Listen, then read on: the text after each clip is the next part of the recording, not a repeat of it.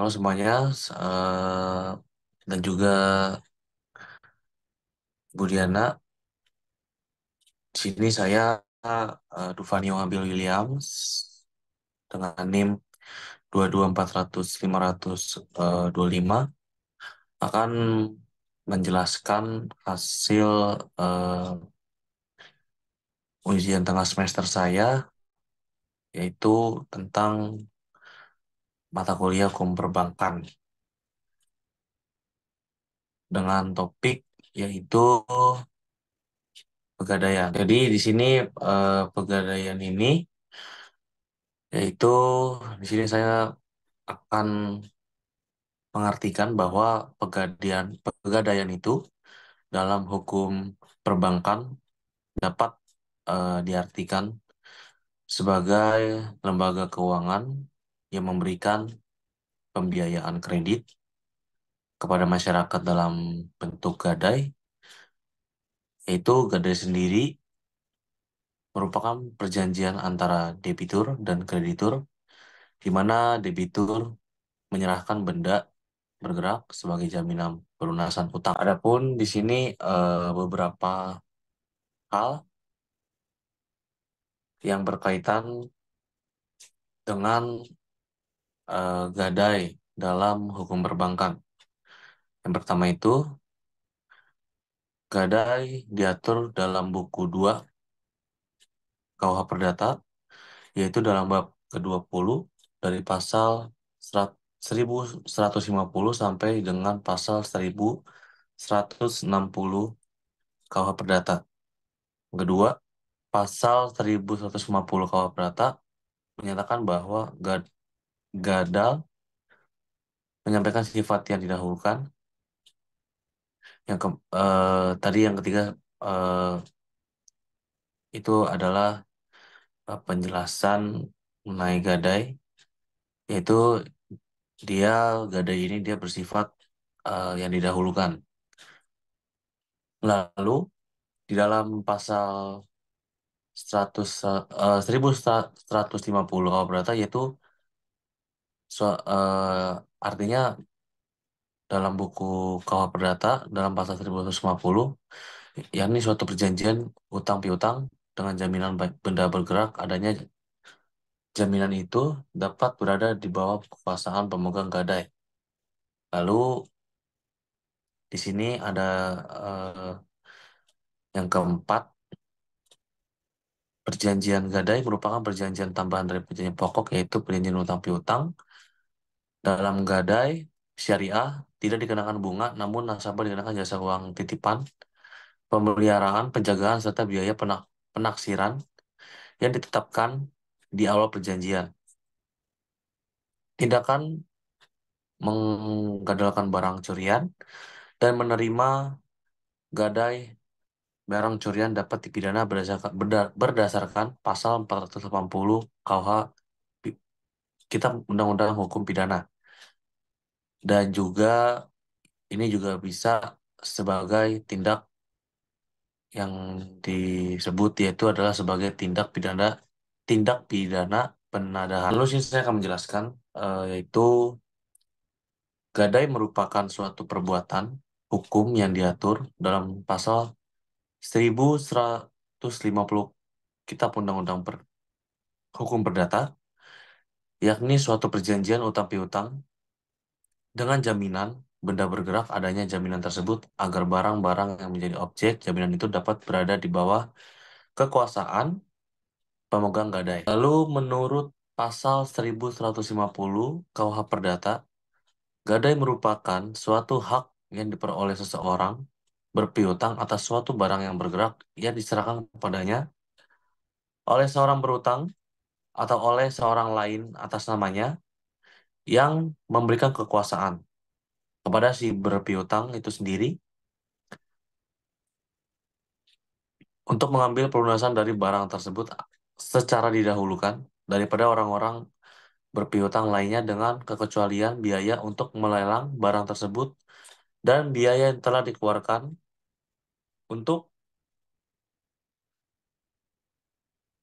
menyelamatkannya setelah barang itu digadaikan biaya-biaya mana yang harus didahulukan. Lalu ada landasan hukum gadai konvensional di Indonesia ialah yang pertama, saya akan menjelaskan yaitu Peraturan Pemerintah Republik Indonesia Nomor 178 Tahun 1961 tentang pendirian perusahaan negara pegadaian, di mana dalam pasal 5 ini dijelaskan bahwa tentang tujuan pegadaian ini yakni untuk membangun ekonomi nasional di bidang perkreditan dengan dasar hukum.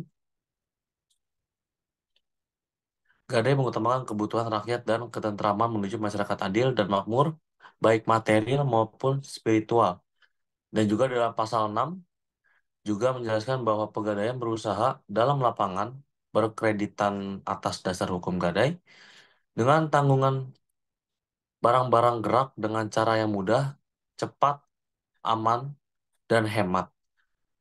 Sehingganya dengan demikian itu, serta mencegah adanya lintah darat, ijon, pegadaian gelap, dan praktik lainnya. Lalu yang kedua, pasal 1150 Kitab Undang-Undang Hukum Perdata. Di sini bahwa gadai merupakan suatu hak yang diperoleh oleh pihak yang mempunyai piutang atas suatu barang bergerak. Barang bergerak tersebut diserahkan oleh pihak yang berutang kepada pihak yang berpiutang. Pihak yang berutang ini memberikan kekuasaan kepada pihak yang mempunyai piutang untuk memiliki barang bergerak tersebut jika pihak yang berutang tidak dapat melunasi kewajibannya pada saat berakhirnya jangka waktu pinjaman, yaitu dan juga saya akan membahas eh, produk-produk pegadaian yang berikutnya. Nah, lalu di sini saya akan menjelaskan produk-produk pegadaian ialah sebagai berikut. Yang pertama itu adanya produk utama yang yang itu ada beberapa bagian, yaitu ada KCA atau kredit cepat dan aman. Yaitu KCA ini dia merupakan kredit dengan sistem gadai yang diberikan kepada nasabah semua golongan untuk kebutuhan konsumtif maupun kebutuhan produktif, mendapatkan pinjaman dengan mudah atau cepat dan aman yang hanya membawa agunan berupa perhiasan emas, emas batangan, atau mobil, bisa dengan sepeda, sepeda motor, laptop, bisa handphone, dan barang elektronik lainnya. Lalu yang berikutnya ada Krasida, yaitu Krasida ini dia merupakan kredit angsuran bulanan yang diberikan kepada UMKM guna pengembangan usaha dengan agunan perhiasan emas dan barang kendaraan bermotor. Lalu yang berikutnya ada kreasi, bahwa kreasi ini dia merupakan suatu kredit berupa angsuran bulanan diberikan kepada UMKM untuk mengembangkan usaha dengan sistem fidusia, yaitu cukup dengan BPKB sebagai jaminan, sehingga juga kendaraan yang masih bisa dapat digunakan bisa juga digadai, tetapi harus memiliki hanya bukti kepemilikannya. Lalu ada produk syariah, yaitu yang pertama saya akan menjelaskan, yaitu adanya RAN, yaitu merupakan pembiayaan dengan sistem syariah yang dikeluarkan oleh Pegadaian Syariah dengan proses cepat, aman, penyimpanannya dengan barang jaminan berupa emas, perhiasan, emas batangan, berlian, smartphone, bisa laptop, dan juga barang elektronik lainnya, seperti adanya barang lain, seperti contoh adanya sepeda motor serta mobil. Lalu ada amanah. Amanah ini dia bisa dibilang merupakan pembiayaan untuk memudahkan pembelian kendaraan bermotor dengan pinjaman sesuai syariah untuk karyawan dan juga pengusaha mikro. Ada lalu ada Arum, yaitu Arum ini bahwa merupakan adanya pembiayaan untuk memudahkan pengusaha kecil mendapatkan modal usaha dengan jaminan BPKB dan emas, ataupun juga kendaraan masih dapat digunakan pemiliknya untuk membantu operasional usahanya.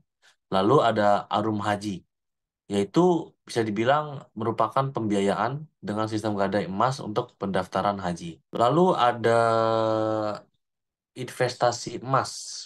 Di sini saya akan menjelaskan beberapa poin, yaitu dalam investasi emas ini, yaitu yang pertama mulia, yaitu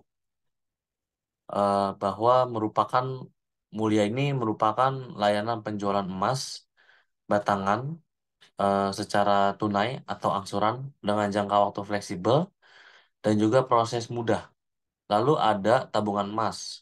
Di sini tabungan emas ini dia merupakan layanan pembelian dan penjualan emas sebagai titipan dengan harga yang terjangkau. Lalu ada konsinyasi emas, yaitu merupakan layanan titip jual emas batangan di Pegadaian sehingga menjadi aman.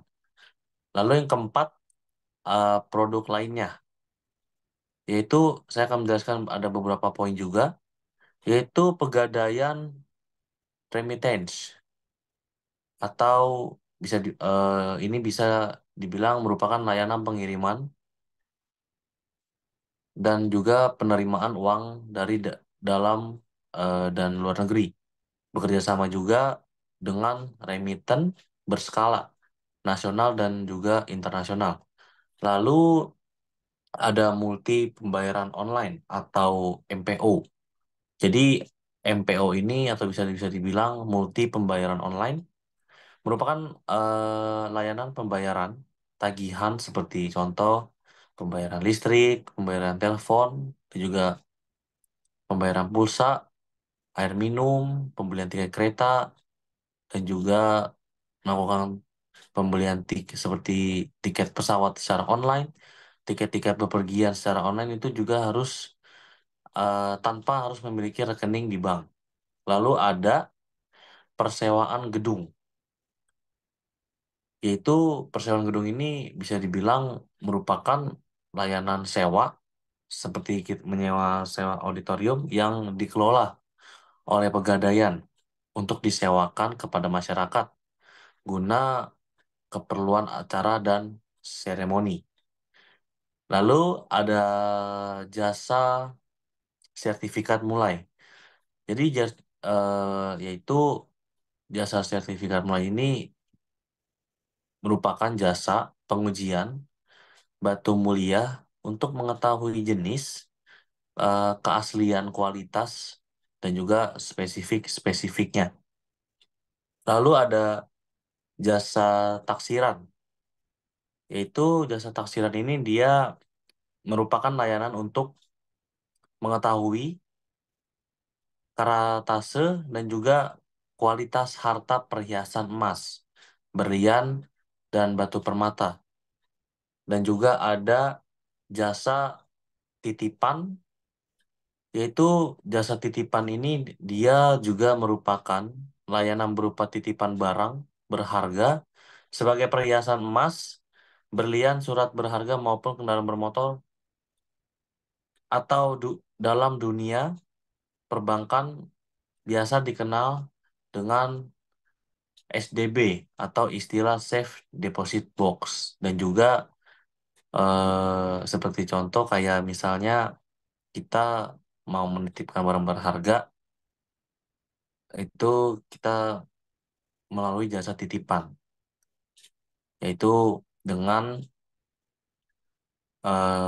kayak seperti mau simpan barang-barang mewah atau juga simpan barang berharga itu bisa seperti emas dan juga kendaraan bermotor itu masuk ke dalam dunia perbankan yang tadi saya sampaikan, dikenal juga itu SDB atau Safe Deposit Box. Lalu selanjutnya ini sebagai penutup dan juga mungkin kesimpulan, yaitu sumber dana pegadaian ini dia bersumber dari modal sendiri, yakni modal awal, penyertaan, dan juga dari pemerintah, dan laba ditahan. Artinya penggunaan dana ini juga dilakukan untuk hal seperti uang kas dan juga jasa pembiayaan, operasional perusahaan, dan juga pembelian ak- aktifat tetap dan juga investasi. Sekian presentasi ujian tengah semester hukum perbankan dari saya. Semoga apa yang sudah saya berikan bisa sama-sama dipelajari bersama, dan juga terima kasih atas pengertiannya.